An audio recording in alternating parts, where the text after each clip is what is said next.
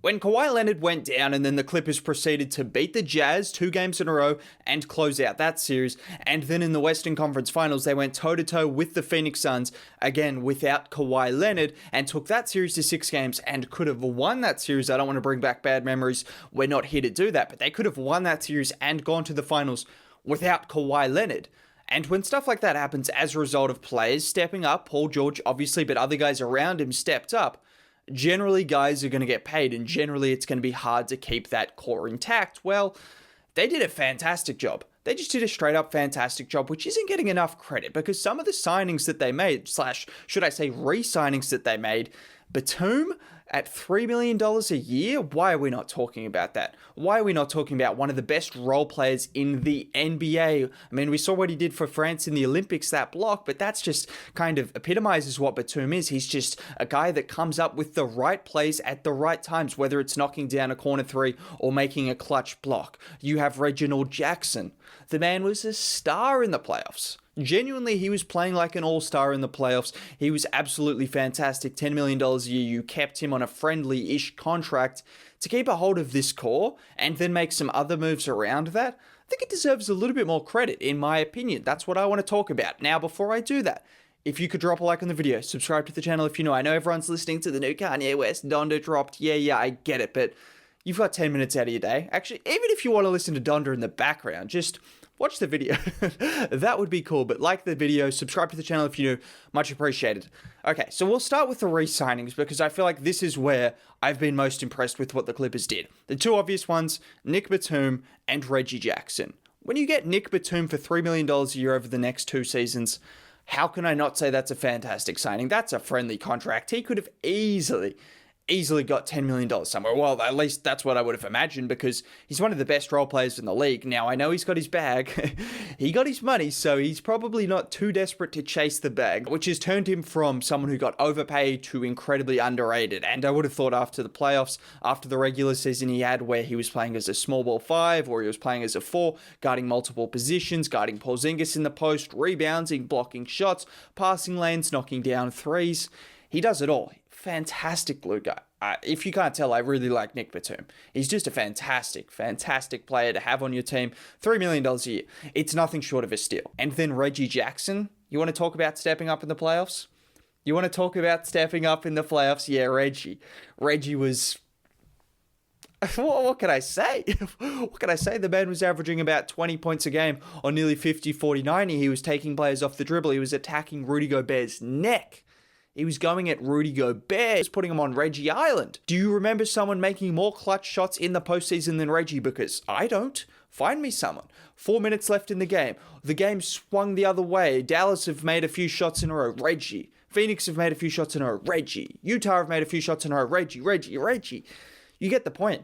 That's the kind of things he did. And I think he's found his spot. Yes, that was a hot streak. He played fantastic in the playoffs. Let's not deny that. But I also think this is his situation where now he's not asked to be anything more than he has to be. Where when he needs to take players off the dribble, he's capable of it. He's always been capable of it. He's got sauce. He's got an arsenal of moves that he can get to the rim. But when he's a spot-up shooter and he's asked to just be like a second or a third playmaker and just do everything that he's good at, then all of a sudden he thrives in that role. And to get him at $10 million a year when I can imagine there would have been teams willing to offer him a bit more money after that postseason, again, just another good bit of business. And it just shows the culture of the Clippers went from what was a toxic culture, at least by all reports, to now you've got guys taking pay cuts. And then you've got other guys coming over to the team, the likes of Justice Winslow. I don't know too much about Justice Winslow in terms of what he's done recently. I'm not going to lie to you. I know he hasn't been fantastic. He's underwhelmed. Well, he was out for a long time and then he came back to Memphis and he didn't do a ton, but you take a chance on it. There's no real loss in paying $4 million a year for Justice Winslow and seeing if he can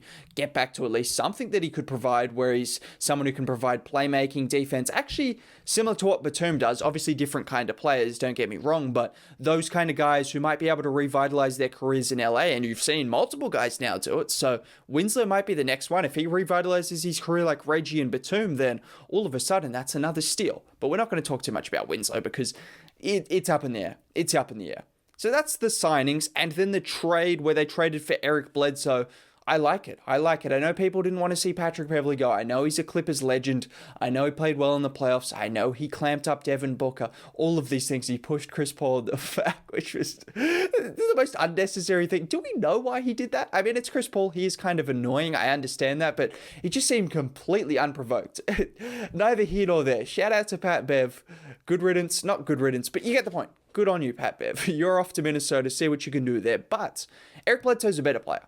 He's simply a better basketball player that is going to help this team more. And when you're looking at this team, yes, a team with Kawhi Leonard, maybe Pat Bev fits the team a little bit more because he's a more consistent three-point shooter and doesn't ask to do too much outside of his role. And you know he's going to give his effort every single night.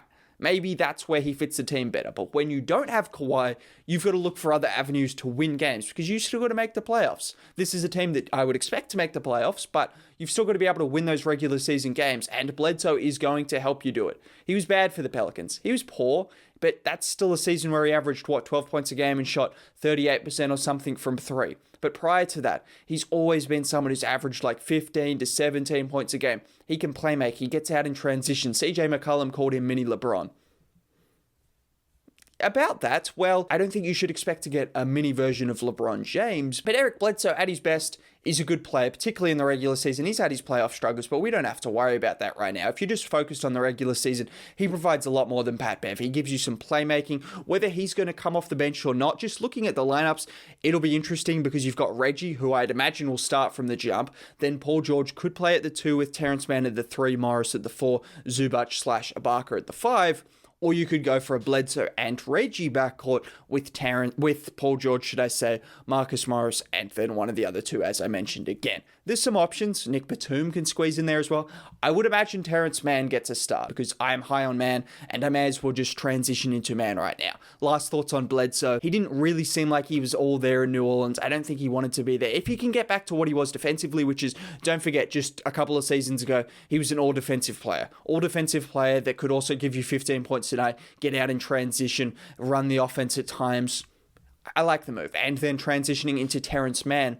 This is someone that I've talked about a couple of times. Breakout video that I made.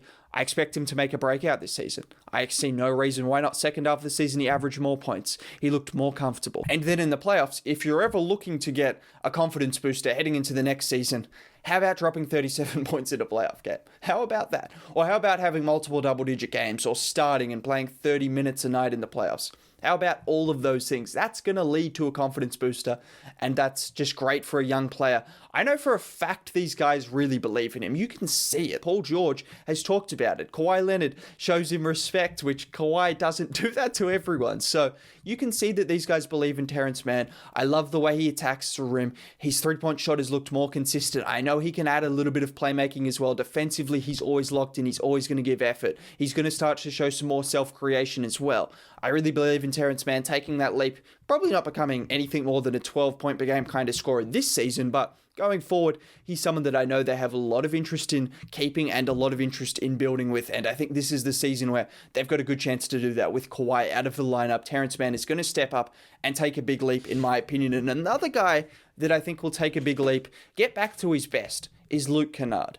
Luke Kennard it was an interesting season in LA. There were games where he didn't even play any minutes. He was DNPing, which was kind of strange to me as a Pistons fan. I have seen the best in Luke Kennard, and I know this guy does have a fair bit to offer. I know he averaged 16 points a game for us and around 4 assists. Get him in the pick and roll. He's effective in the pick and roll. He's a good decision-making if you got Zubac or Ibaka rolling hard. Ibaka I'll talk about in a little bit as well because I think he's important to note. But if you got one of those guys rolling hard, Luke Kennard can operate in those kind of spaces and make those tight window passes or make those mid-range shots. He just needs confidence. He's a confidence player. He's either timid or he's going to let it fly. And you want him to let it fly because Clippers fans, if you learnt one thing, he's a shooter. We all know he's a shooter, but sometimes he'll frustrate you. I imagine that happens throughout the season. He'll frustrate you because he won't take shots. So now you want him to get the confidence, build it up off the second unit, start running with the second unit, playmaking and doing things, taking players off the dribble. He's capable of doing it. He's capable of averaging 10 to 12 points a game and being one of the better bench players in the league. He did it for the Pistons before he started starting. He was coming off the bench and doing a good job at it. So I can definitely see Luke taking a step up. He's going to be a sharp shooter regardless, but it's time for him to show off some more creation. And I believe in him having a bounce back here. In terms of a guy I mentioned before as well, Serge Ibaka, he's a little bit of a wild card here because, yeah, he wasn't there in the playoffs and he missed a lot of the games towards the end of the season, but let's not forget what Serge is. 2 years in a row in Toronto, averaged 15 points a game. An elite floor spacer for a big man. He can hit the mid-ranges. Decent rim protector. Good rim protector. He can rebound the ball. To have that little combination with Zubac where you have a bigger body big that can't stretch the floor but runs the floor hard and plays defense and actually showed off a little bit of versatility in the playoffs and looked impressive at times, Zubac. And then to have the guy in Ibaka who's a good big rim protector that can stretch the floor, and although he's getting towards the end of his career, you still trust him to make those kind of shots. So if Ibaka can get healthy and have a second unit where potentially you have Bledsoe, you have Kennard, you have Batum, you have Ibaka coming off the second unit, that's strong. That is a very, very strong second unit with Justice Winslow maybe having a rejuvenation kind of season. Speaking of years where they could look fantastic, is that a good segue? I'm just rolling with the segues today, but Paul George. How could we make a video about the Clippers and not talk about Paul George? He's going to be great. He's going to be great. This is a guy that averaged 30 points a game. 30 points a game in the playoffs or thereabout without Kawhi Leonard in those games. He was playmaking.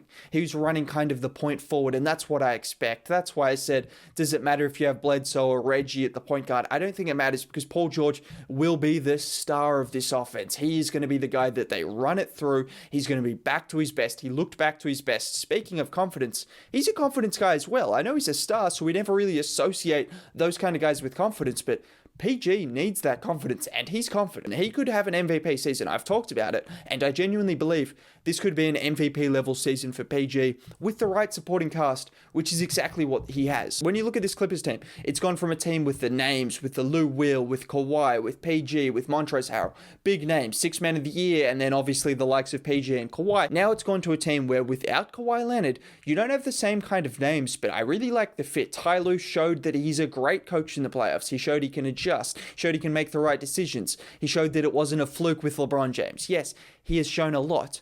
But PG surrounds him with shooters, surround him with guys that can be versatile defensively, have guys that can handle the ball when he's off the ball as well, which is something that you want PG to continue to do. You don't want him to just control the offense because some of his best work is off the ball as a three-point shooter. Let's not forget about that. This is a Clippers team that's going to slip under the radar, which is something they haven't done the last couple of seasons. Maybe it's going to be good for them, but I expect big things from them in the regular season, and then when Kawhi will be back, we'll have to wait and see. If he can make a playoff run, a playoff push, who knows? He's a robot for a reason, so maybe something could happen there. But yeah, I just wanted to talk about the Clippers offseason because I've been impressed. Subtle moves, nothing crazy, but just the right moves. That's my thoughts on the Clippers offseason. Get back to listening to Donda if that's what you're doing, or get back to doing whatever you want to do.